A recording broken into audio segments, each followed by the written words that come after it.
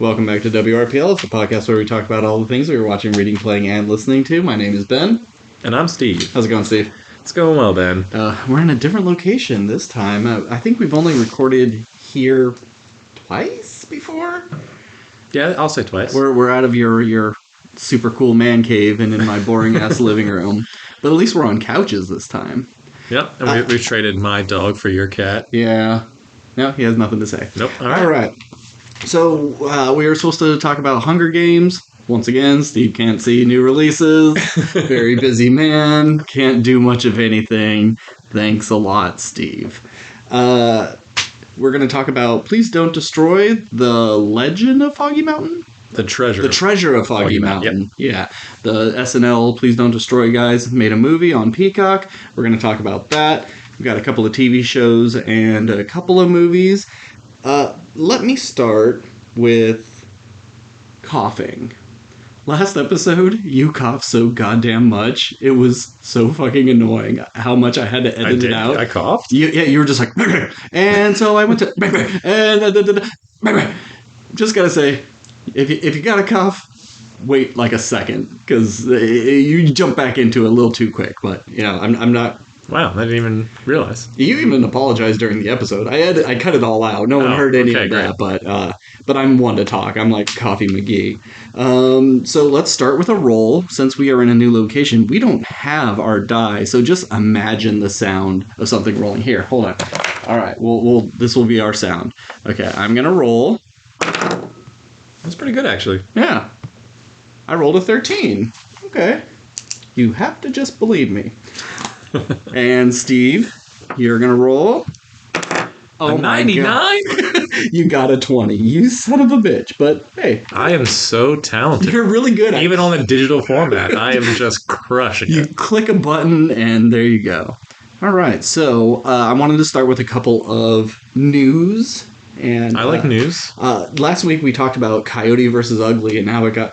God damn it. Oh, I would love to see that sequel. Just Coyote versus Ugly. Like, it's a story of the generation of coyotes and, you know, the hot young things. And then you bring back the old squad very much in terms of the Ghostbusters and call it Coyote versus Ugly, because now all these really old, they're all relatively old. I'm sure they're all still like gorgeous or whatever. Like 42. But you put them in ugly makeup and then it's like, let us tell you whippersnappers how to do it. And then you just have like really old ladies dancing on the bar. Bringing in new crowds. You know, there's like young people coming in and old people, and of course like one of the old ladies hooks up with like the hot guy, the young bar back or something, or fix it man or something. Sure. And comedy ensues. Is this meets that episode? Wow. It could be Coyote meets Coyote versus Ugly. Yeah.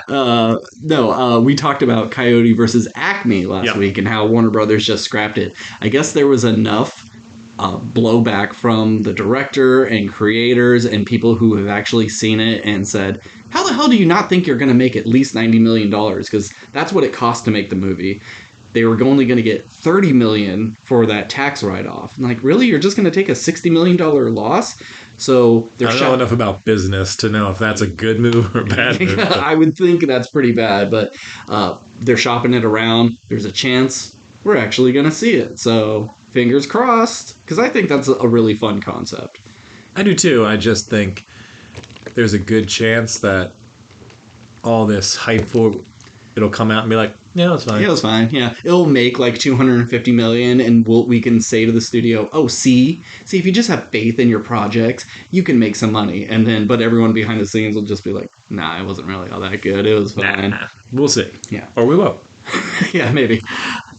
Just drop it on HBO. You know, Warner Brothers works with HBO, and just drop it on there. That's fine. Anyhow. Did you see the trailer for Madam Web?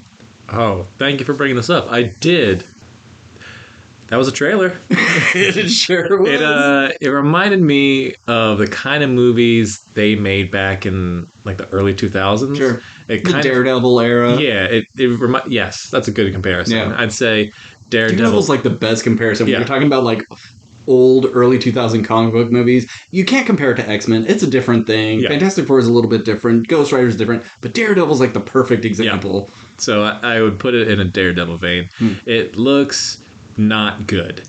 And it seems for a trailer about a group of superhero women, in the entire trailer, you don't see any superhero women except for a brief little flash, which like the whole trailer made it seem that you'll get the big hero battle in the last 15 minutes of the movie, and the rest is just I don't even know what. And that villain is so boring looking. And I don't know. Evil looking Spider-Man kind of looks cool. It's not the greatest suit, but it's different. I've heard that, and I have no idea, but the story is that the bad guy that they're trying to fight, he's actually a secret good guy, and he's preventing people from becoming spider people because there's a bigger bad guy who, you know how I mentioned like the vampires that feed off Spider-Men from another dimension? Mm-hmm. There's people like that who they kill these new spider people, and so he's preventing people from ever getting bitten to kind of save their lives. I don't know why he's beating them up now. It's just a rumor, but I don't know. It's something different. And it's nice to see Sydney Sweeney do something that isn't like completely boob focus. Whereas give it time. We haven't seen the suit. We haven't seen them. Yeah, I'm sure it'll be very form fitting. But like I just saw the trailer for her new movie with Glenn Powell. Yeah, and I mean that it looks awful. It looks so by the numbers. Of will they, won't they? Oh, they hate each other so much, but then of course they're going to fall for each other at the very end.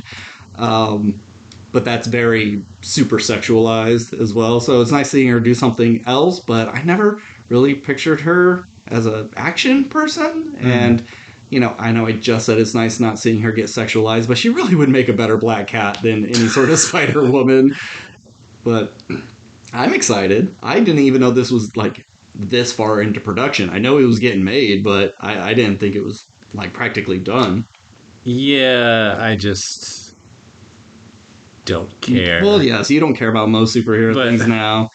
I'll still give everything a chance. Well, it's just when the track record is so bad, and I'm not even talking about Marvel, and I haven't seen the Marvels, and even like the stuff that everyone says is bad and I recognize is bad, I can be entertained by it, mm-hmm. But the Morbius is one of the worst things I've ever seen. The Venom movies are awful. I have not seen the Venom movies because neither of them. Oh god, you should. Look just unappealing to me. I hate watching. They're awful. And I don't expect Craven to be good, which is a shame because you and I love Craven. I think he'll be the best of all of those. I think that is accurate, but that's like, oh, this is the least stinkiest turd in the pile of shit.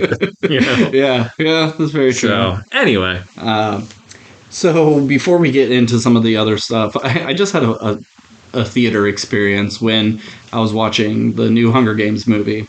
Pretty full crowd. I look back and there's a fucking woman reading a book with a booklight on. The lights have dimmed. We're in trailers now. And she's reading a book. And I'd like to imagine she's reading the Hunger Games book and like, buck, I gotta finish this. It's about to start any second now. Now, she did turn it off when the movie started, so that's good. But like, really? You need to be reading? I appreciate it.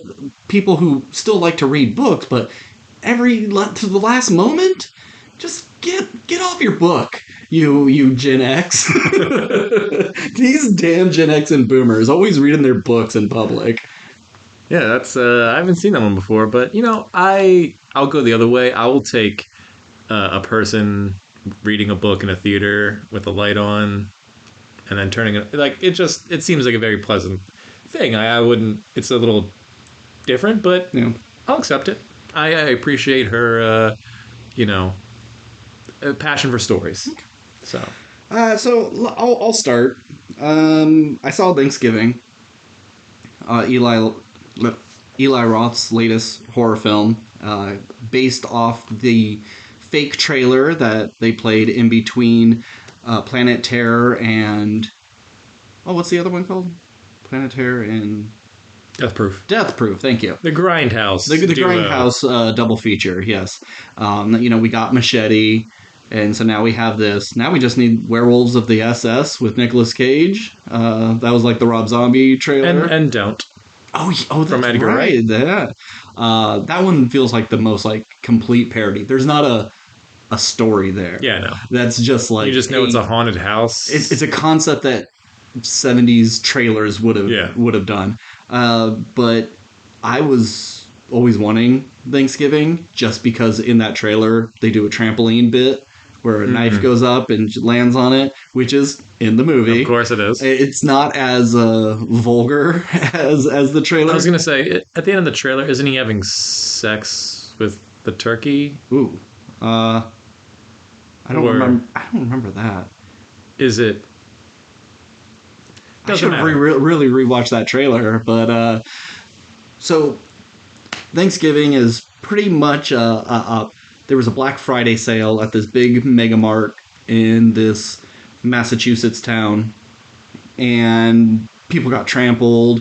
People got ran over by shopping carts and died. It's like these worse with the thickest Bostonian accents, just going like, "Oh, let me get in there. I gotta take a wicked pissa," and stuff like that. Just real annoying accents, and just trampling all over people to get their free waffle iron. That was a giveaway. So a bunch of people died, and then it's a year later. The store is going to have another Black Friday sale, and everyone thinks it's a little distasteful. And this group of friends all get text messages saying, like, you're invited to my Thanksgiving dinner, and you're next. And they start getting killed off one by one. And it's pretty great. It's a whole lot of fun. It's dumb. You hate most of the characters, like all the men in the friend group are so annoying, just big machismo football player dudes, and even the nice guy, he comes off like a huge piece of shit. All the women are fine. They seem like decent, normal human beings, and then everyone starts getting chopped up in really horrific ways. Like, there's some pretty brutal deaths, like really painful. The trampoline one, I'll say, instead of landing ass down with a knife straight up, it's landing feet first, and it's going up like the heel and the ankle, and then you fall sideways and it's in your thigh, and then you land on your back, and it's pretty messed up. There's some great gore in this, amazingly horrific things that make you laugh out loud. This is a new classic, I think, when it comes to holiday horror. This is gonna be one. But no one fucks a turkey in this one. So, but someone does get cooked alive and then presented as a turkey, head cut off, arms and stuff all bandaged up or twined up. So did it? I don't think I even saw a trailer for this movie. Was it shot like it was shot? Where there's like film grain and stuff. No, yeah. Eli Roth said that the original trailer in his headcanon, this movie was so horrific and disgusting that the studio burned all the prints and there was no more evidence of it, but one person uploaded the trailer onto like 4chan or something, and the movie lives on through that. Now this is the modern remake of that movie. Got it. Yeah. So it's pretty great. I called the killer like from the get-go, like all horror movies with a mystery. Me and my roommate just always say, let's guess throughout the whole thing. And I didn't really have anything to go on. And just a gut feeling, I said, this one. And I was right. You're so smart. I'm so fucking good at this shit. Now, you would say this is the best thing Eli Roth has made? I really like because I haven't seen anything of his other than he did Knock Knock, right? He did do Knock Knock. I think that's the only Eli Roth movie. He did Hostel. He did The Green Inferno. Didn't see it. He did the American Sniper parts of Inglourious Bastards, the propaganda stuff. Shit, what else did Eli Roth do? It's just I know he's known. Oh, Cabin Fever. Didn't see that either. His movies aren't known for being particularly good. No, I think his movies are generally well received. They're just kind of trashy, especially like Knock Knock is very trashy. Sure. But I do love that movie. I would say Hostel's probably his best. It's the most realistic and scary of all of his. I remember when that came out, it being, kind of a big deal. Like, yeah, this movie's fucked up. It truly made me go, I'm never going to trust anybody in a foreign country ever again, because you just don't know. These beautiful women who want to take you on a tour or introduce you to this hostel that's real cheap, you're going to end up in a bath of blood. So I would probably say Hostel, but I like all of his stuff except Green Inferno. I didn't really care for that one. That one is kind of dumb. That could have been pretty scary, but like they take a guy and he eats all of his weed, so when the cannibals cook him over a fire, they all get stoned and pass out, and then there's like shit jokes and stuff in it. It's just not that great, but this is pretty good. So where does it rank on like holiday horror list? Well, is Trick or Treat still up there? It's hard because there's so many Halloween-themed horror movies, and there's a lot of Christmas-themed horror movies. And there's like 3 Thanksgiving ones now. You have like Thanksgiving and another one probably. Sure. I would say Sleigh. Like, is that Turkey Day? No, that doesn't work. That doesn't work. It doesn't work. Darn it. I would say it's up there because some of them are pretty cheap, where it's a killer Santa. Why? It's a escaped mental patient, kills a mall Santa, and goes on a spree. They're relatively uninspired. And this one is just pretty much like Scream, but Thanksgiving themed. But it's pretty good. So it's not an ancient. It's not a pilgrim who's resurrected. No, it's black not a magic curse or anything like that. Or because I burned witches. Yeah, it's a dude who's just wearing a mask and killing people. Classic. Yeah. Well, I'm glad you liked it. Yeah. So your turn. What do you got?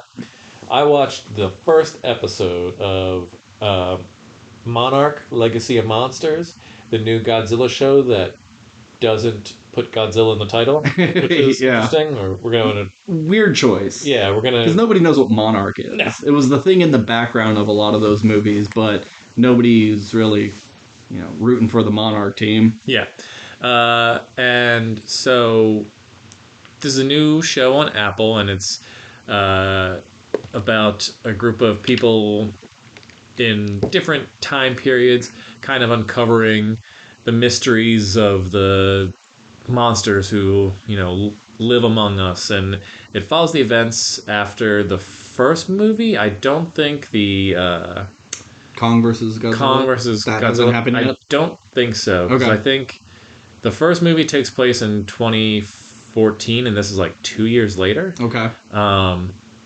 So the first episode opens, and you have John Goodman from Kong Skull Island. So like this is all part of canon. They're not hiding anything.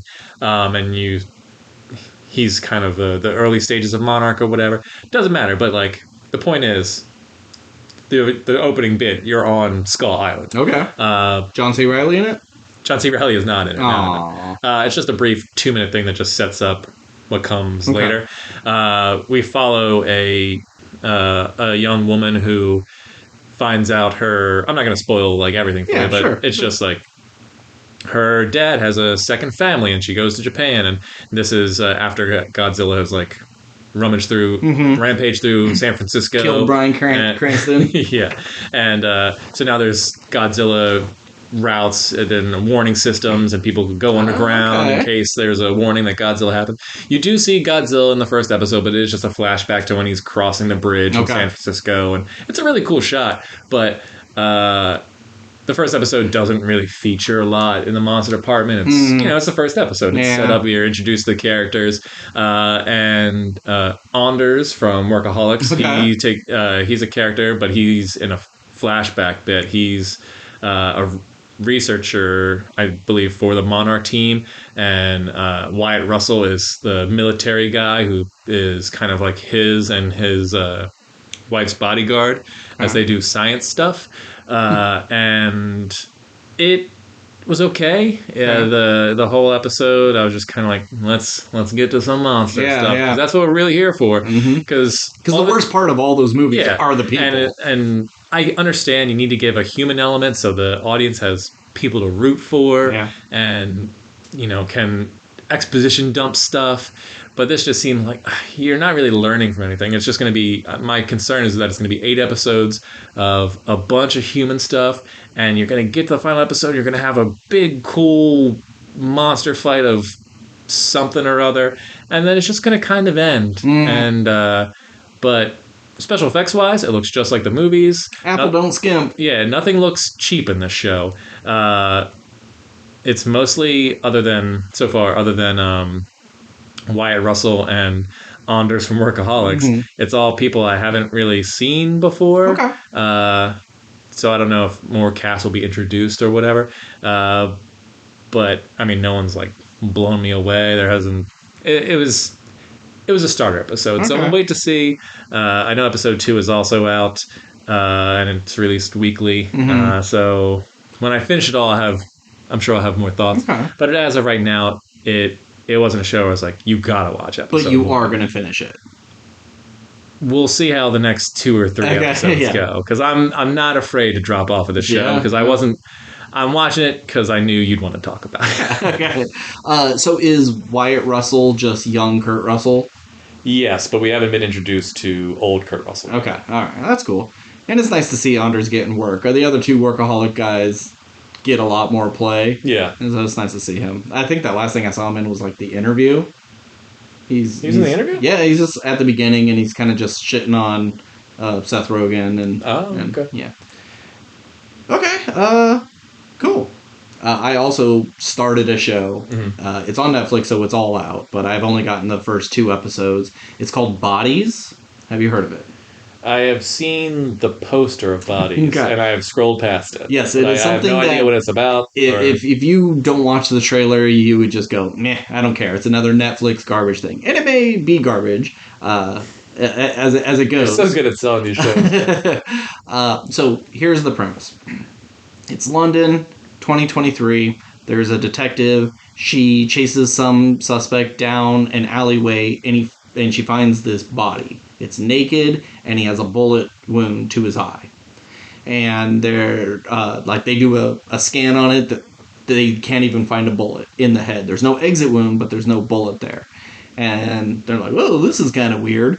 Flashback, go back to 1930. And there's a detective who is a little scummy, and he has to go pick up this body for this mysterious voice on the phone. Same alleyway, same body, same wound. It's the exact same person. Flashback again to like 1890. Old detective, probably a closeted gay man, but completely unaccepted at that time. Comes across this body, same naked dude, bullet hole in his eyeball, don't know what's going on there. And then at the end of the first episode, we flash forward to 2050, and there's a woman detective, finds the same body, same alleyway, calls it in, and then the body wakes up. And that's where it ends. I watched the second episode. It's a little more like... the info on it, it's more of a deep dive of the more nuanced things within the episode, but that's the general premise. It feels kind of like maybe a future cult sort of thing. They're trying to reshape the world by, I don't know, sending back some dead body through different parts in time.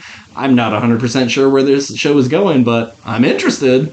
So 2050, does it look like modern day stuff, or are we talking Blade Runner 2049? We talking it's not flying cars, but there's like you're walking down the street and there's like holograms projected onto walls. Sure. It feels a little dystopian. Okay. Like there's a high leader, but it doesn't feel like Nazi Germany, at least not yet. People got kooky haircuts and weird clothes, and the cars are a little more futuristic. There's more 3D hologram displays and stuff like that, but it doesn't feel so futuristic that it's completely unbelievable. Okay. Yeah. We also both watched, or at least I started, you finished, but the Scott Pilgrim TV show on Netflix, Scott Pilgrim Takes Off. Correct. What do you think of this so far? Or, I mean, not so far. What do you think of this in general? Well, I won't spoil anything for you because I know you're gonna. The last thing I saw was like the Roxy fight. Roxy and Ramona had a big fight. That's the best fight so far. Yeah, what amazing. A great fight. It's probably the most fun fight, but there was a fight later with Lucas Lee that I thought was a lot of fun too. I think this show is pretty freaking awesome. You and I are huge Scott Pilgrim vs. the World fans. Probably both of our favorite Edgar Wright. Yeah. 100% favorite. I know we did a episode about it. Yeah. I just wanted to confirm. And this has the same sort of tone and funness of that movie and jokes. I mean, all the original cast is back from that movie. But it takes a turn. When this was announced, I just assumed it was going to be the comic book. Yeah. And it's not. It is not. It is a totally new take on... It's like a multiverse version of Scott Pilgrim. Which is kind of fun because it's kind of like, here's the comic book story, here's a TV show story, and here's the movie story. And they all are completely different, but they all work just as well. This is more of a Ramona story throughout and kind of a mystery. And so you're not getting a ton of Michael Cera, so... If you're a big Michael Cera fan, don't be too if you're here for Scott Pilgrim. And I'll say that I don't know if the ending is as good as I want it to be. Like, it sticks the landing. It's good. I like it. But in terms of just kind of big finale, it didn't quite hit for me. Okay. But the rest of it, I love the animation of this. I love the cast of this. Chris Evans is in it a lot, surprisingly. Because he's one of the best characters in that movie, so of course you beef that up. I'm surprised. They give him way more to do with this show. Patel, what's his name? Matthew Patel. Matthew Patel. A lot more play, at least in these first few episodes. All the evil exes, except for the twins. I feel so bad for the twins. I know, they get short. Because they're kind of like a fun thing. They're the only ones. They're the duo, and I think you could do a lot with those characters, but they do nothing with them in the movie. I never finished the comic books, and they have their own part, but they definitely don't stand out compared to everyone else. And they kind of don't do anything in this show either. Like, they serve a purpose, and in the movie they had 0 lines. In this, they actually have lines, but they're very minuscule. They're just minute. They're minute. Yeah, whatever. They're barely in it. Other than to just kind of be there in the background or serve as like they're the tech guys kind of thing. But that being said, everyone gets to shine in this, and everyone gets a little bit more because you get to spend a little bit more time with the characters, unlike in the movie. And certain characters get to meet other characters, like Roxy is talking to Aubrey Plaza's character, and they even have like a little kiss, and it's like, oh, that is kind of like a fun, cute little thing. Of course, it doesn't go anywhere, but it's just... Well, not Aubrey Plaza's, Alison Pill's character. Oh, yeah, you're right. That's right. The drummer. Whatever her name is. Oh, wow, we're the worst. Real professional. Yeah, we love the movie and the show and can't think of the character's name. Amy? No. Doesn't matter. Point is, I had a ton of fun with this show, and when I watched the first episode, I was like, oh, are they really going to like do the movie again? Because it's kind of beat for beat, but there's a reason to that, because it is following the timeline, and then the timeline at the end is one change, and then the rest of the show is completely different from what the movie was and what the comic book was. I like that first episode. The second episode is a lot of like Gideon, like bringing all the exes together, and then Patel like usurping him and becoming that's the a leader. Really fun fight. I was actually I didn't like that second episode. I was getting kind of worried and like, this isn't really doing it for me, and maybe it's just because I wasn't hip to the idea yet that this is a very different thing. So maybe on a rewatch I'll appreciate that episode more, but it is really nice looking, but sometimes I'm just like not into it. It just looks I don't want to say cheap, But you look at the fight scenes, and they're so beautifully animated, and then some of the other just dialogue heavy scenes are kind of dull, and that's probably on purpose.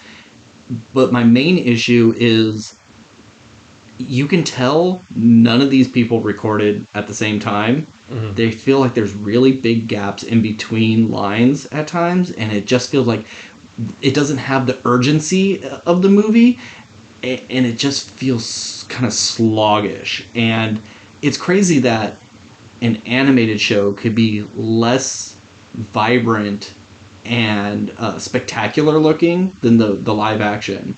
I think it's almost kind of dull at times. Huh. Yeah, I mean, if I have one criticism with it, I think it's like hearing the voice actors be the characters they were in the movie, but the characters they look like on this show don't necessarily look like the counterparts from the movie. Like, Scott Pilgrim looks more or less like Michael Cera in the movie, and Ramona works. But then you have other characters who... Like the voice just seems odd, or... young Neil feels off. Young Neil because he's much older now. Yeah. Steven Stills? Steven? That's his name, right? Steven Stills, yeah, he's the lead singer. Who else? Anna Kendrick's character.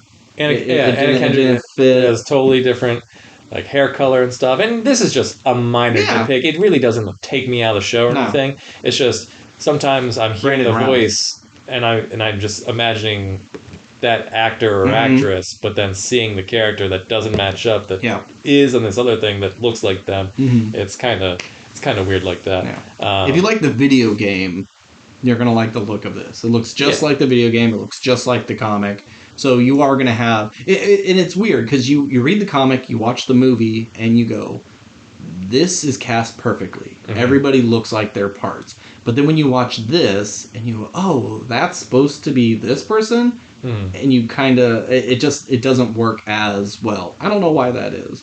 I'm enjoying it. We'll see. I still got 5 episodes to go. I'll probably knock out a bunch of them tonight. But like, as of right now, I'd say it's a B- for me. Okay. I'm not floored by it. But I'll give it a chance because of it's fucking Scott Pilgrim. Do you think this is the end of Scott Pilgrim stuff getting made? Because what else do you do? Yeah, what else do you do? You have a comic book, you have a video game, you have a movie, you have a TV show. Where else do you take Scott? Unless you make...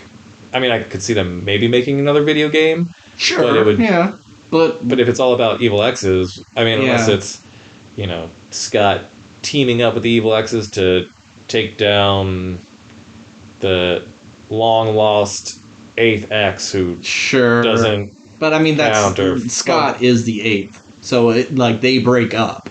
And now the evil X's say, Mega Scott, you got to join our group because now she's moved on from you. You're an evil X now, and he's grappling with that. I don't know. I think you just don't. Yeah, I don't think you do either. It's a fun concept, and I bet you can do it again. You can take that idea of fighting someone's X's in a very hyper stylized version and just do it again. This time, your lead is the woman character, and it's her boyfriend's evil X's, and he had that that one boyfriend in college, and you just do a gender flop of everything. Pretty much. Yeah, But one thing I didn't mention that this show, because Scott is in a band and everything. I love the songs from the movie, but in this, it's all new songs from the band, which I also still like. But the one song, unless I missed something, the one song they did keep in the show is the Clash of Demon Head song, the Brie Larson song, which I also really like that song. So that song does come back. Okay. And because she sings a different song at the, let's say, funeral. Yeah. But so they do have that song that plays, but it's in front of a large crowd, and the fans are singing it back to them, and it sounds so good because you only kind of see it in the small indie kind of place in the movie. But when you hear, it's like, oh, this song really could have been a hit if it was from. I mean, I think it did get radio play. I think it is some band's actual song, and then she just used it for the movie. I think. I thought they were all original songs for the movie. Doesn't matter. The point is, they do a real good job doing new songs with this show as well. So it's weird thinking that Brie Larson's in Scott Pilgrim. Everyone's in Scott Pilgrim. Well, yeah, but like there's everyone before they got big. Yeah, seeing where she is now, that she's Captain Marvel, Oscar winner, and then you look at the movie, she's kind of unrecognizable. It doesn't you don't instantly recognize that that's Brie Larson, whereas you look at Aubrey Plaza and you know that's Aubrey Plaza. Yeah. I wonder if Steven Stiles is kind of pissed he didn't take off like everybody else. What else has that guy been in?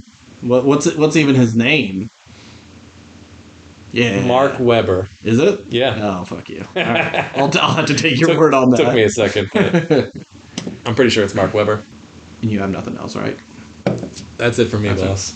All right. Well, what should be our main topic, The Hunger Games, The Ballad of Songbirds and Snakes, long title, which we have another movie that also has a very long title. I saw it yesterday. It's a very long movie, but I really liked it. Good. Or I should say, I liked most of it. Okay. It's broken up into 3 acts.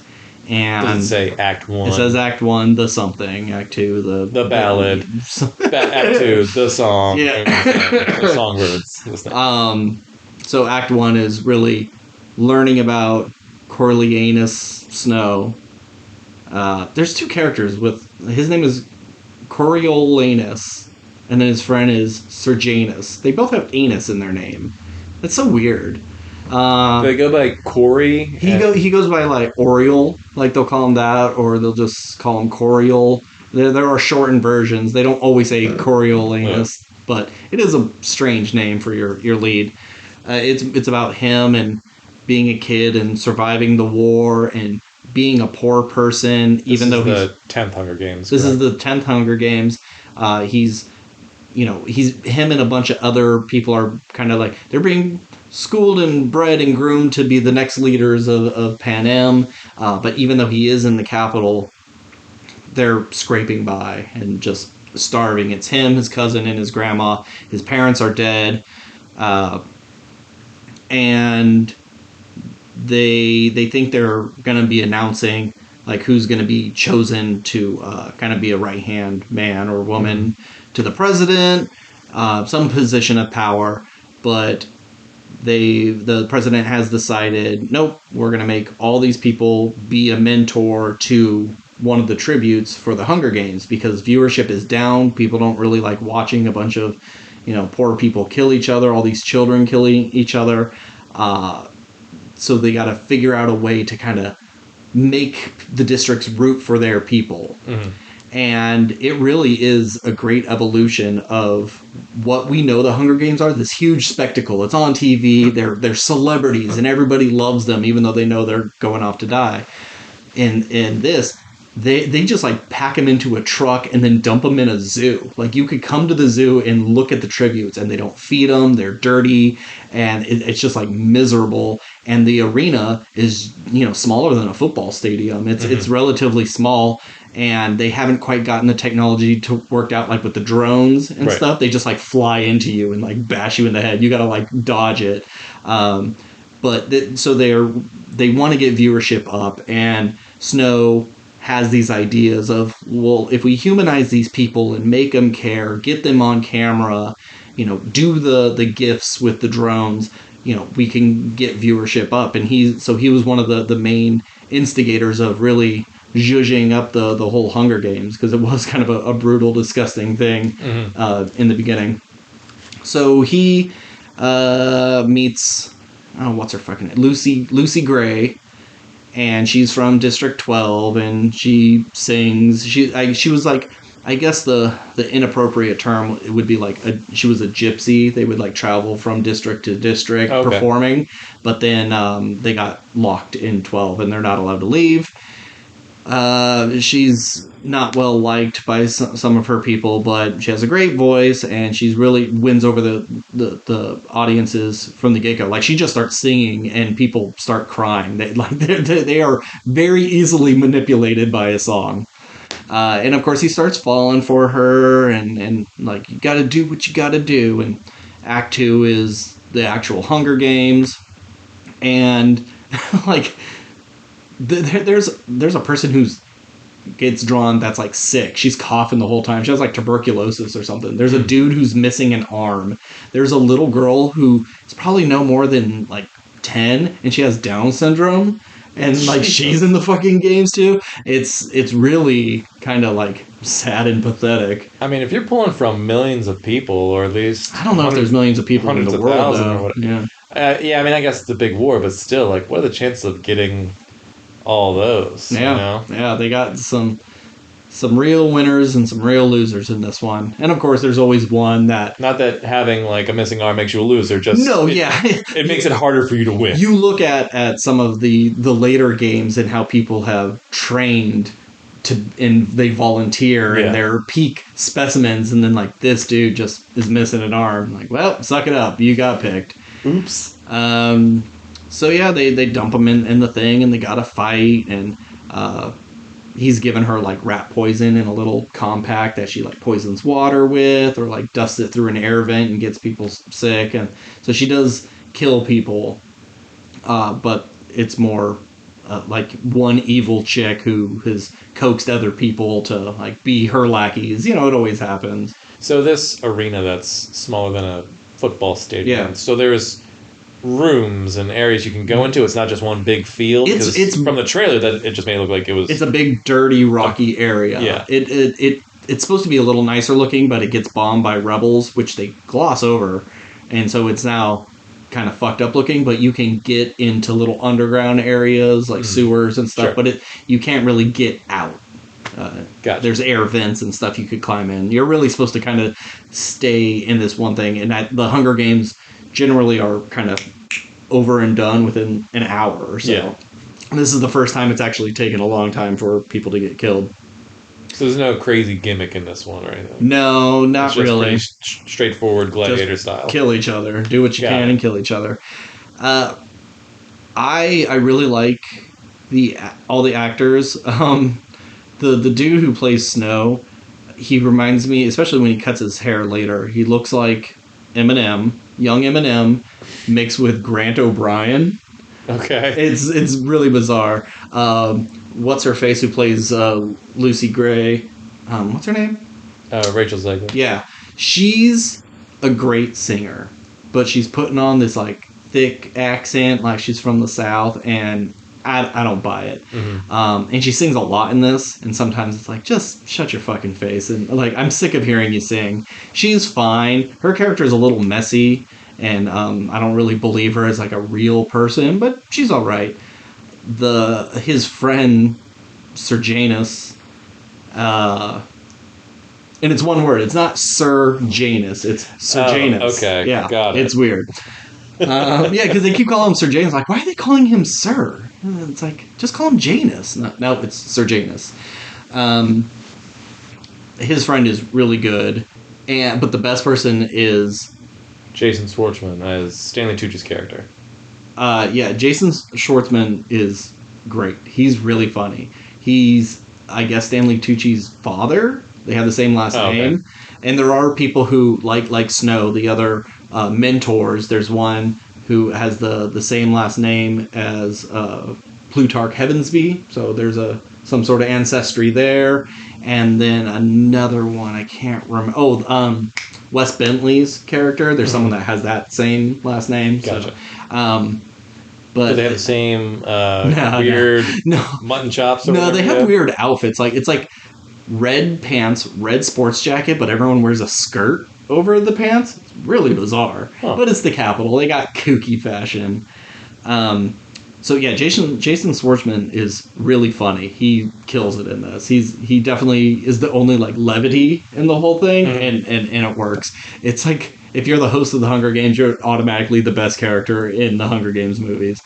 But what's her name? Viola Davis. Viola Davis is in this? Isn't it Viola Davis? Oh, don't make me out to be a racist. No, I think you're right. I forgot that she was in it. Yeah, she's the one that like she's the game master. She's the Plutarch Heavensby of this one. Philip Seymour Hoffman. Thank you. Yeah. Philip Seymour Hoffman. And she's kind of the one that has created the Jabberjays. Okay. And she has these like crazy colorful snakes that if they get used to your scent, like, you put in one of your socks in their tank, they will smell it, they will get used to it, and then they won't attack you. But if you just try to grab one of them, they'll bite you and you're dead in like 5 seconds. And so at the very end of the game, when there's like 8 of them left, they're like, I can't remember the reasoning why they say, nobody gets to win the Hunger Games. Fuck y'all. And they drop this tank of snakes and it just kills everyone, including the little Down syndrome girl. She's just like, is it over yet? And then this wave of snakes just takes her. It's pretty fucked. And then, Snow does a little thing to keep Lucy alive. So she wins, and she's singing a song as she's being covered in snakes, but not being bit because he did a thing. And even all the Capitol people are like, she won, let her go. And Viola Davis is like, okay, I guess. And they just ship her back off to 12. And that's the end of Act 2. And you're like, that was a good movie. I like that. Let's stop there. And then you look at your watch and you realize you have an hour left. And you go, oh, fuck. What? We're done. This is it. Well, they find out that Snow cheated. And so he has to do like 20 years in the military service as a peacekeeper to make up for it. And they're going to send him to another, like, District 8. And he bribes the person, like, send me to 12. So then he finds Lucy and they have, like, a romance and fall in love. But this last act, even though it's an hour, it's bizarre because it screeches to a halt. We're done with the movie, and so it screeches to a halt. An hour-long epilogue. But then it barrels towards the end at the same time. Like, the last 15 minutes is like, we need to wrap this shit up. We need to get Snow on the path of evil Snow. You've seen him be a good guy. Now you got to see him be a son of a bitch. And that stuff is all really good, but it doesn't need to be in this movie. This really should have been part 1 and part 2, and the director said he didn't want to split this up because splitting up the last one was a bad idea, and that was. This one, there's enough material here. They really could have. Right. I think when they... but if you have a second movie, and the second movie involves no Hunger Games, that might be an issue. But you can do it, because by the end... Viola Davis is saying, oh, the president was so happy with the outcome of this, we are going to do another Hunger Games. So you can have one at the end, I guess. But I think, the third and fourth Hunger Games movies don't have Hunger Games in them. They do, though. They say the war. The final to the 76 Hunger Games. No, you're just in the Capitol and there's a bunch of traps. You're not trying to kill each other for survival to get more food for your district. It's we're rebelling. We're rebelling against the president, and it's the Hunger Games, but not the Hunger Games. Like, you're still having big action set piece there has very similar effects of the games on real world applications. Where if you made a second movie where it's just Snow and Lucy falling in love and going like, oh, I'm gonna be a bad guy sometime, but you not see him. But you would have to see him do a bunch of crazy shit. There is a plot about his friend Sir Anus wanting to help this woman because he also is part of the military now, and he wants to like do some good, and he sees that the peacekeepers are treating people poorly, and he wants to try to get this woman across the border someplace safe, and he's working with some rebels.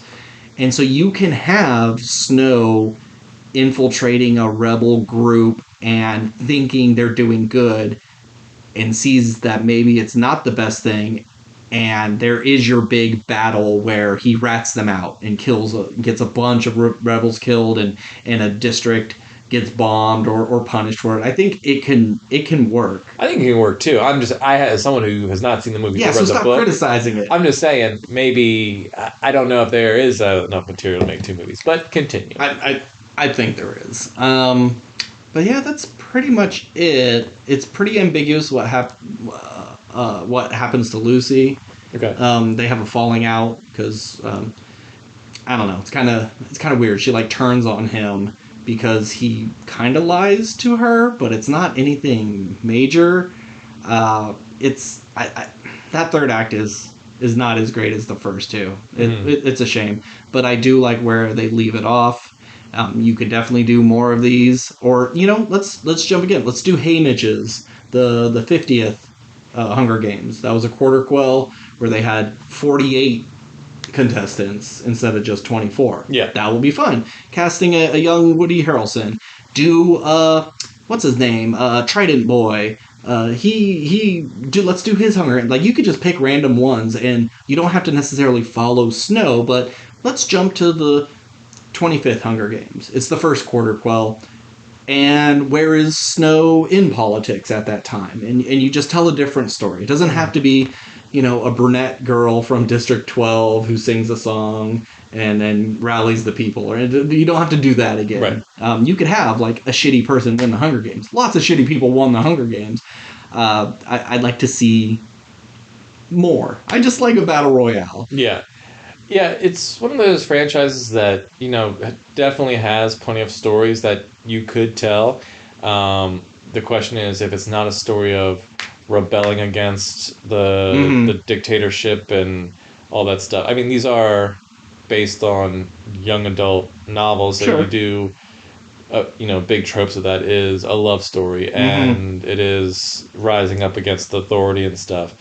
But if you've told that story twice now, what other stories do you have? And also, they've all been based on books, and as far as I know, there isn't a sequel to this one. So, but if they want to keep going, like if this movie is successful and people like it, it's like, do you make more Hunger Games stuff and just make up shit? Yeah, just bring Suzanne Collins in and say, hey, I know you haven't written a book, but we want to make more of these. What are some of the other ideas you had? And have her be there with the script writing.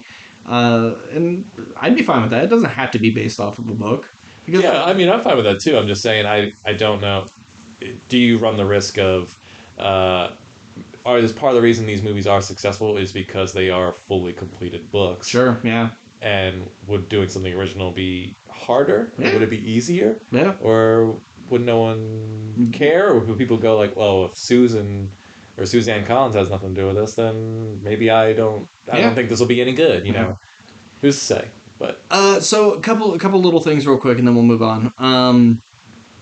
They do a good job setting things up, like why Snow likes the White Roses so much, why he has such a hatred for Katniss. Besides the rebellion thing, there's just a lot of parallels. They're like, oh, the woman I love from District 12 screwed me over. Now here comes this other woman from District 12 singing. The song she sings in one of them about like hanging from the hanging tree and stuff? It's sung in this. Lucy writes that song, so it becomes more popular. So, this song that the love of my life sang is now being used to spark rebellion. That pisses him off. Nice. Like, there's little things like that I think really do work, except for one where she's picking a flower and like, they call it swamp potato, but I think a prettier name is Katniss. I'm like, what? Why do you have to put that in? Yeah. That doesn't... And then so Katniss's mom... Swamp potato the real name? I have no idea if it's a real plant at all. But... No, like the movie said, the term swamp potato. Oh. Yeah, they actually said swamp potato. That one felt a little try-hardy. And then the weirdest thing, I think... Have you tried this pita bread? It's so delicious. You remember in the fourth movie... They are in the Capitol, and they get help from a tiger lady named Tigress. Yes. She's in this. It is... She's a cubtress? She's very... No, she's not a tiger lady yet, because as you remember, she said, Snow did this to me. He kept genetically altering me, said, I need to be more beautiful, and he forced this on me. That's his cousin. Huh. That's what's her Hunter Schafer?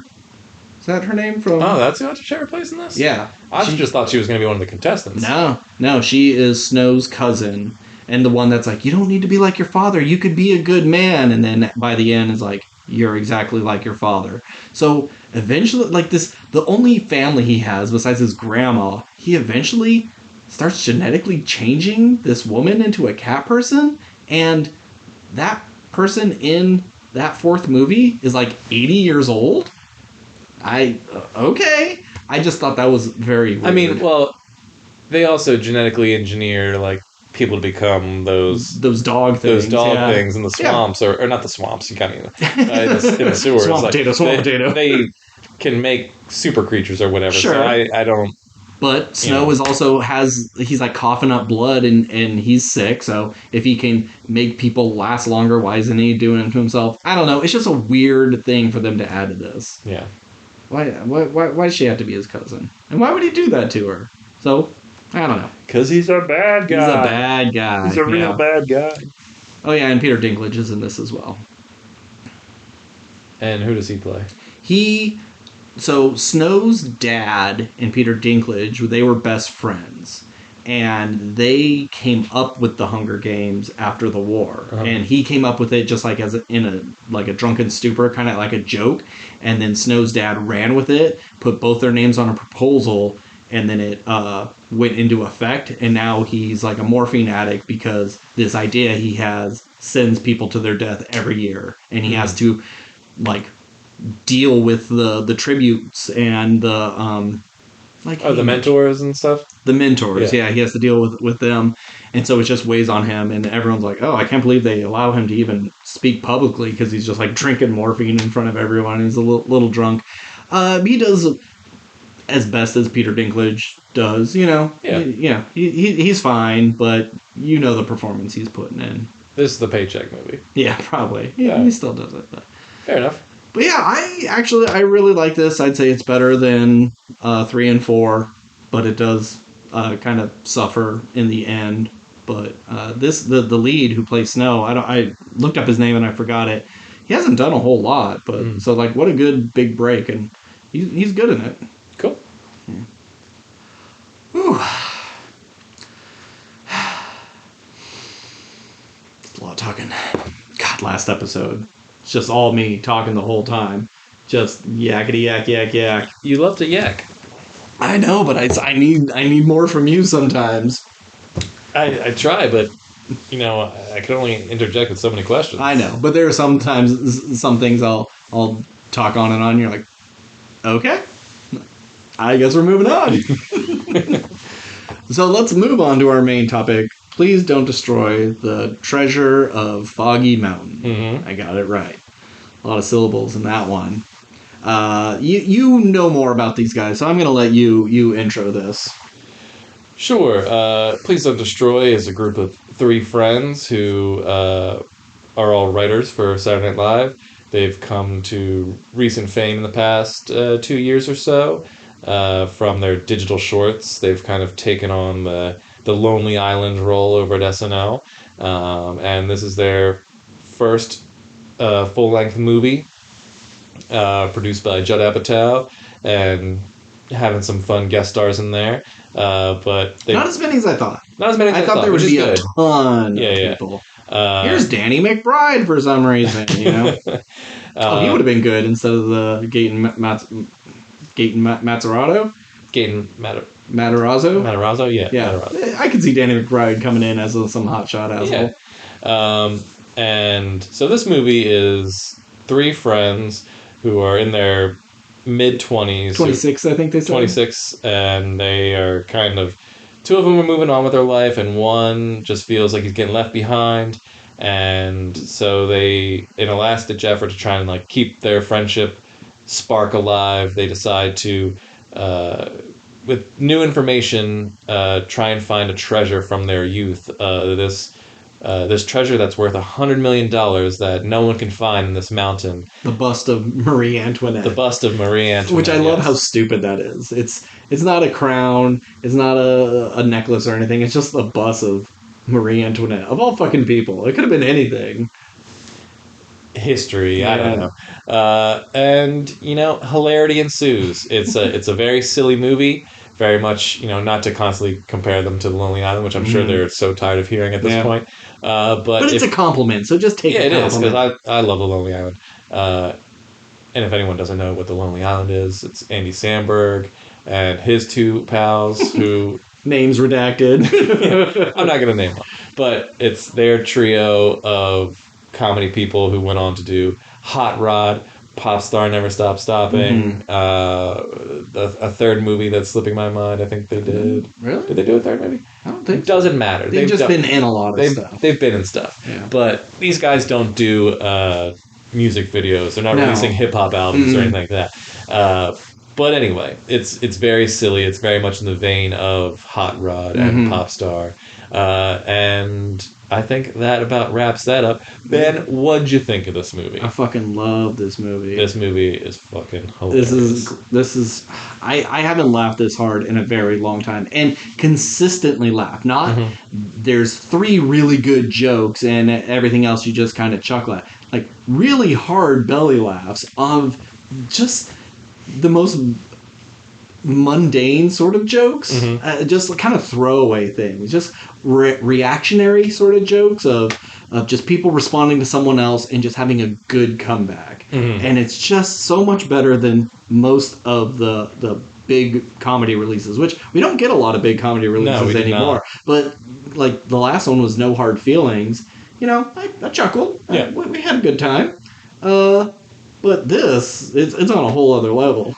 Yeah, I think what is also happening is because there are so few comedy movies being made, the traditional comedies anyway, the ones that are getting made, you have to have a big star in it. And sometimes... Or a naked Jennifer Lawrence. Sometimes that's someone like Ryan Reynolds, who is funny, but you're kind of used to the Ryan Reynolds shtick. Yeah. Or, you have the Marvel movies, which are always kind of funny, but that's not their comedies. But they're not comedies. And then you have like the what's that Lost Kingdom, Lost Treasure with Daniel Radcliffe and Channing Tatum, Brad Pitt, Sandra Bullock. Yeah. What was that called? Lost City. The Lost City. Lost City. Like your big comedy movies are also big action movies. Yeah. Like The Fall Guy. Have you seen the trailer for that? I did see The Fall Guy.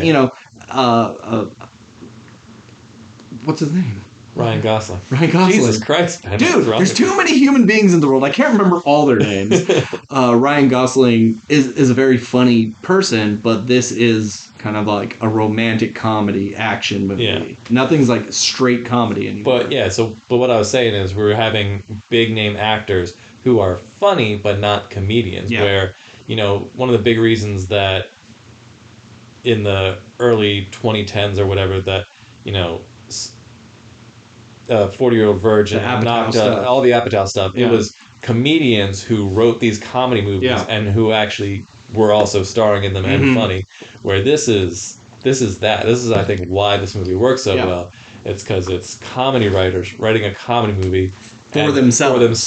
Yeah, they know how they are the funniest, and if you put another group of people doing these lines in it probably wouldn't work nearly as well. Yeah. Like you look at something like This Is the End, obviously at that time they are all peak at the height of their, comedy thing, but they're all funny people who, like Seth Rogen was writing that movie for his friends. He knew how to best utilize them, and that movie is fantastic. Wait, which movie? This Is the End. Oh, This Is the End. Okay. Yeah. So I think it's nice to see this kind of comedy being written again, because we don't necessarily see it a lot. It's just we are having comedy writers write movies for other people instead of comedy movies for themselves. Yeah. And now maybe that is a little, some would say ego joke, but it's also like, well, if I could write a movie that starred myself, of course I'd why wouldn't I? Yeah. But they always say, actors are trying, or write what you know, but like actors are trying to get into something like, oh, I can't get roles. They always say, well, write something for yourself. Yeah. And so it just makes sense.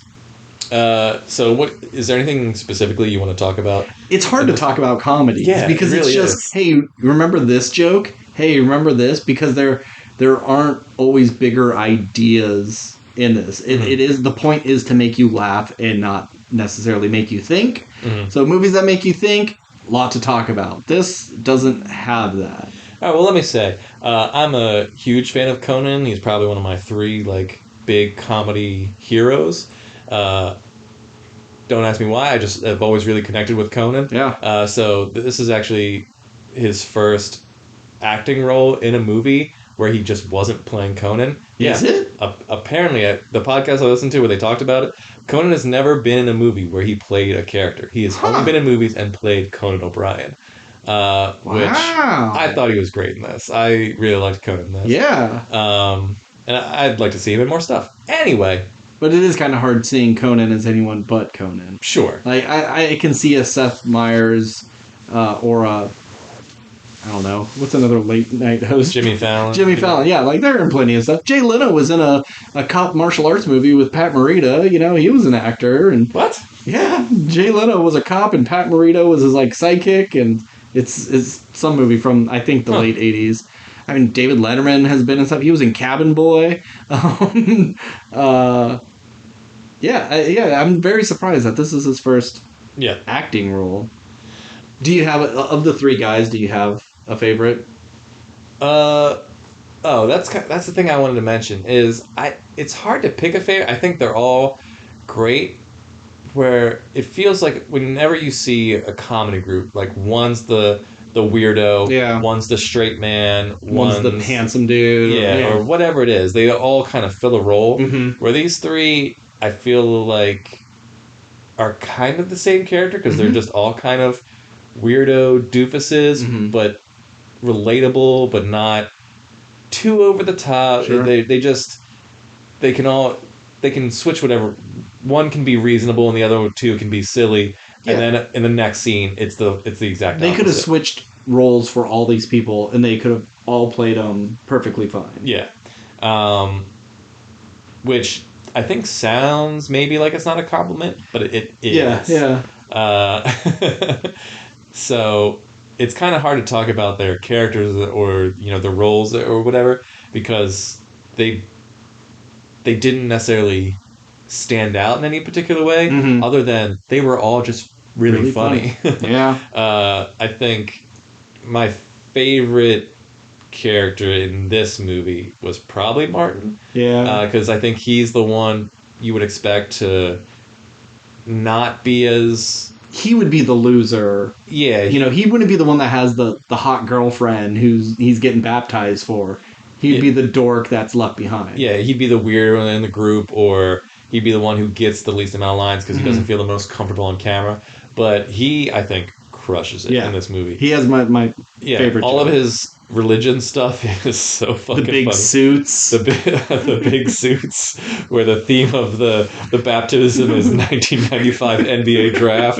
That was really funny. Yeah. How they make fun of him in those suits is really funny. God, I don't know if it's been a while since I've heard you laugh as hard as that walnut joke. That was so funny because he doesn't even say Father Tom ate all my walnuts. He says, your weird friend. He was baptized by this dude. He's in the church. He knows who he is. But just say your weird friend ate all my walnuts. It was so funny. You got to eat more of these, otherwise the pile stays the same. It just these weird kind of almost throwaway jokes that are just they hit so hard. Yeah, I laughed very, very hard through this entire thing. Yeah. Even dumb things of this falcon that doesn't know how to fly. It's just really funny. Why do you walk away all sassy? It's I don't know. It's great. Yeah, there's so many jokes. It's hard to even try and remember them all. And we got to say, it was 30 minutes ago. Wait, how long have you been recording? An hour and 9 minutes. It was an hour and 10 minutes ago that we finished. We finished the movie and pretty much pressed play. Yeah. On this podcast. No, we press record on this podcast. Oh yeah, because we press play on the movie. Yeah. Touche. Yeah. So I didn't know this movie was gonna throw in a random cult. I'm happy there wasn't a drug trip sequence. Yeah. I feel like that trope has been played out, especially when you're in the woods. It's so easy to Stumble on them wacky berries. Yeah, or eat a mushroom. Oh. The cult serves them some weird food. Oh, this is really good. What is it? And then everyone's eyes start getting big and everything's swirling. I'm thankful. There was like no drug stuff in this. Yeah, I mean, there was mention of plenty of drugs, but no actual drug usage. But one thing we didn't talk about, Martin, is his Lawrence character. Oh, God. I was really expecting... Okay, so when he gets really drunk, he turns into, like, a different person, and his friends think it's really funny, but he's stopped doing it ever since he had his new girlfriend, because he needs to grow up. I really expected this character to just be some, like, annoying dude who thinks he's funny but is not, like he's just doing Borat impersonations or something. But no, he's actually like really funny and like and they say he's a badass and he beat up all these people, but all those images they showed were clearly AI generated images, you can tell. And so I also expected him to like maybe not kick people's asses and they just drunkenly remembered it, but no, he's a badass. He has a couple of Trulies and goes nuts.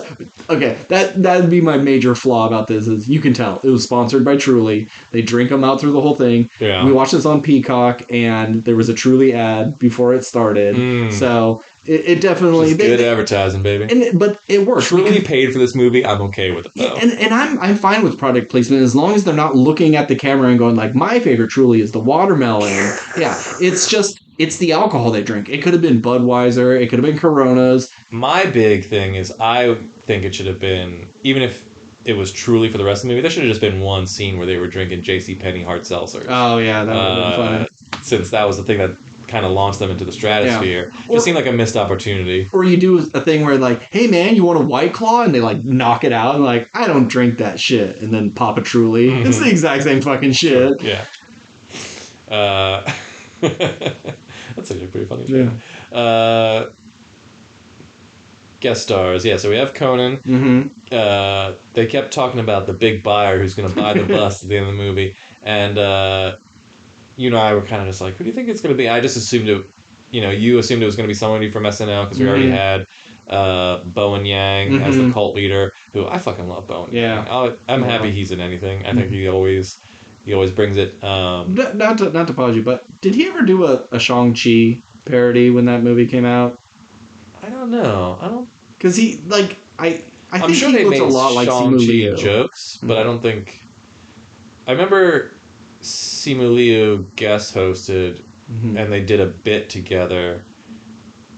Like, this is the first time two Asian people talk to each other on SNL? Well, they were one-up... Oh, that was actually the bit, was they were one-upping each other in terms of, like, oh, I'm the first Asian cast member on SNL or something like that. It's like, oh, I'm the first Asian person who like led a Marvel movie, and they just kept going like, I'm more important Asian than you kind of thing or whatever, because it was just like, we're always the first, blah blah blah blah. Anyway, yeah, we were thinking it was going to be someone. Yeah, famous. Or like because it was produced by Apatow, I was like, oh, he's going to bring in one of his big famous buddies just for this one bit, and then they just got Gaten Mazzarato from Stranger Things. It is kind of set up earlier. They do mention like the kids from Stranger Things. They're so talented and put together, and so it totally works. But what of all people. Of all people, yeah. And then that's not a slight on him. No, just, not at all. It wasn't a guest star I was expecting. And in typical movie fashion, when an actor plays themselves, they always got to kind of be a heightened asshole version. He's not extreme or anything, but you could tell he kind of has like an ego about himself. Yeah. And then he gets a pitchfork to the chest. Just immediately killed. There is a love interest for John's character. I love her. She was my favorite character that wasn't of the three. She has really good comedic timing and worked really well with John. Yeah. John, yeah.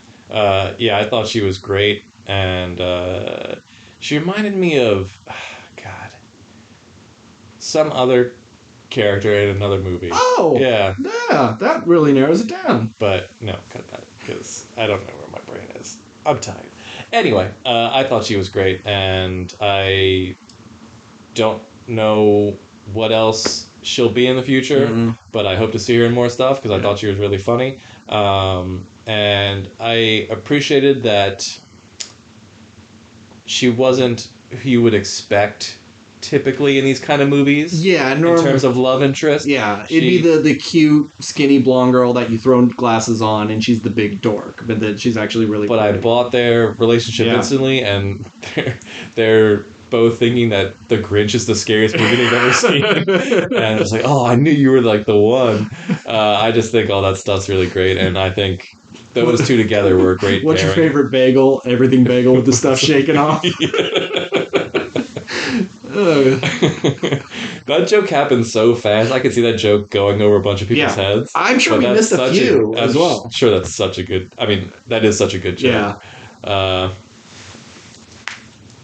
Ben, I think, is the one who, I guess, if you had to pick a straight man, is the straight man of this movie. He doesn't have I mean, he's in it the whole time, but he doesn't, I feel like, have a ton to do. Conan is his dad, and so he has his own struggles. Because he wants to take over his dad's Trout Plus. Yeah, it's like a Bass Pro Shop. Yeah. He wants to... Well, he says he wants to do that, but his real dream is to open up a hair salon for young boys. So they have a place to sit around and talk like old ladies do. Because every young boy wants to be a 40-year-old woman. Yep. Which is kind of a funny idea, but really stupid. But, follow your passion, I guess. Yeah. But, yeah, he's the one character I think kind of suffers in this movie. Not suffers, but just is the least funny. He's more of the reactionary guy of just, they do something weird or silly, and he's like, what the fuck is... Why are you doing it like this? Or this is ridiculous. But he still gets his chance to shine here and there. Everyone is excellent in this movie. I don't know. You think it's a top 10? You think it's going to be on your best of the year? I think it has to be. It might be. I mean, there's definitely best comedy. There's still a couple movies this year that I want to see. Yeah. You don't need to see Hunger Games. I just told you the whole thing. Yeah. I mean, I would... It could make the top 10 if I see the Hunger Games. I can't imagine it would be in my top 10 by the end. So. But yeah, I think this is a no-brainer. I mean, spoilers for end of the year list, but I think this movie has to be on it because it's been a while since I've laughed this hard. I think the only other comedy that I would even, and I think you even said it on the podcast, I would remotely get a chance to be on our top 10 list is the gay one.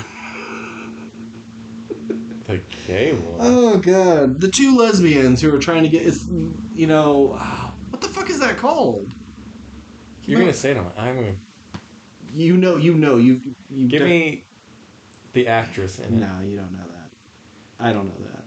The gay one? What was it called? I keep wanting to say Bodies, Bodies, Bodies. As someone from Bodies, Bodies, Bodies. Oh, Bottoms. Bottoms was also great. Yes. But Bottoms was funny and a lot of fun, but it wasn't joke. This is non-stop jokes, and they're all good. So I think there's an argument that Bottoms is a better film than this, but this is a much funnier film than Bottoms 100%. By far. Yeah. So it depends on your taste, but God, this movie made me laugh. I want to see Theater Camp before the end of the year because I've heard that's very funny, and I'd like to have a little more comedies under my belt. I'm sure it's streaming on Hulu right now. Okay, cool. It's just I got Dead Space to play. I'm still trying to finish my Spider-Man 2 second playthrough on the hard difficulty. There's a million fucking things to watch. I don't know if I'm going to get to it, but I'm going to try because I hear great things about it. Oh, cool. All right. Anything else? If I found a compass that may lead to a long lost treasure in the woods, would you come with me? Of course. Cool. I mean, you tell me the distance, and I'll let you know if I'm able to hike. I was going to say, I feel like you'd probably complain the whole time. Yeah. I'm excited at the chance of a bunch of money, and you're like, oh, I'll go camping, but I don't want to do a bunch of the camping stuff. I like camping. I don't. If I had to be trudge through the woods. Yeah, if I had to be in the woods, it's hot. It's sweaty. It better be on a trail. There's mosquitoes. I don't want to be in the tall grass where snakes and hairless bears may be. Yeah, that whole that sequence was probably one of the weaker ones. The weaker ones, because I'm not a huge fan. There's times where it really works, but I'm not a huge fan of random song moments. Okay. Yeah. Especially when it's just kind of silly, but they are silly, so it worked in the context of the movie. Mm-hmm. But that was probably my least favorite scene, although I always love a good secret lair kind of thing. Yeah. But they're only in there like 7 minutes and then we're out. Yeah. All right. Well, next week, this is our Thanksgiving episode, technically. Yeah. Next time we get together, it'll be after Thanksgiving. I don't care about Napoleon. I don't care about Next Goal Wins. I don't care about Wish. Yeah, I mean, I do want to see Napoleon. I just don't know where I'll find the time. Yeah, it's another 2 hours and 47 minutes. Yeah, it'll depend on how things line up with work and child and such. But it is our 100th episode next episode. We've been hyping it up if you've been listening. Anyone listening? We have something planned. Big event. Hopefully we can get the time to do it and watch all of the stuff we like to watch anyways. But we'll see. I don't know. Maybe it's a Napoleon episode. I don't know if I bother. I like Ridley Scott, but he's very hit and miss. Yeah. I would not blame you if you don't see Napoleon. Yeah. But I'm very much looking forward to episode 100. Yeah. I've been taking notes. Yeah. For episode 100, not like deep dive notes, but I have my lists and looking forward to talking about it and talking about maybe someone specific in this episode. I can't remember if have we ever said what it's going to be? No, we have not. We'll save it. So tune in next week for our big special 100th episode. Anything else? I'm Steve. So if you want to get in contact with us, we are at WRPLpodcast@gmail.com. We're on Twitter, Instagram, and TikTok. My personal Twitter got hacked. Someone, and just started spamming a bunch of bullshit, and then I got blocked. And then I tried to log out or change my password. Wouldn't let me. It let me log out, log back in, and I lost all my followers, everyone I was following. So I don't know. My personal Twitter is probably just dead. But it is linked to this podcast Twitter. So if that goes if that disappears at one point, I may have to get a new handle, but whatever. Hit us up on all the socials there. As always, I'm Ben. And I'm Steve. And keep consuming.